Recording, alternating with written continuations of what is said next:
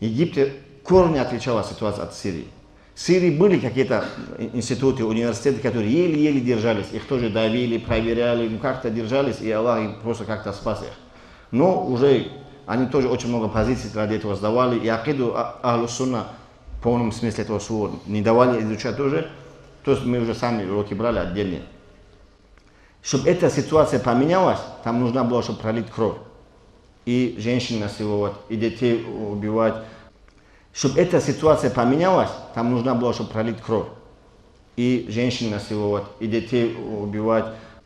Чтобы эта ситуация поменялась, там нужно было, чтобы пролить кровь. И женщин насиловать, и детей убивать. Просто так люди не проснулись бы. То есть, если это быстро произошло бы, ушли бы, они такие же остались бы.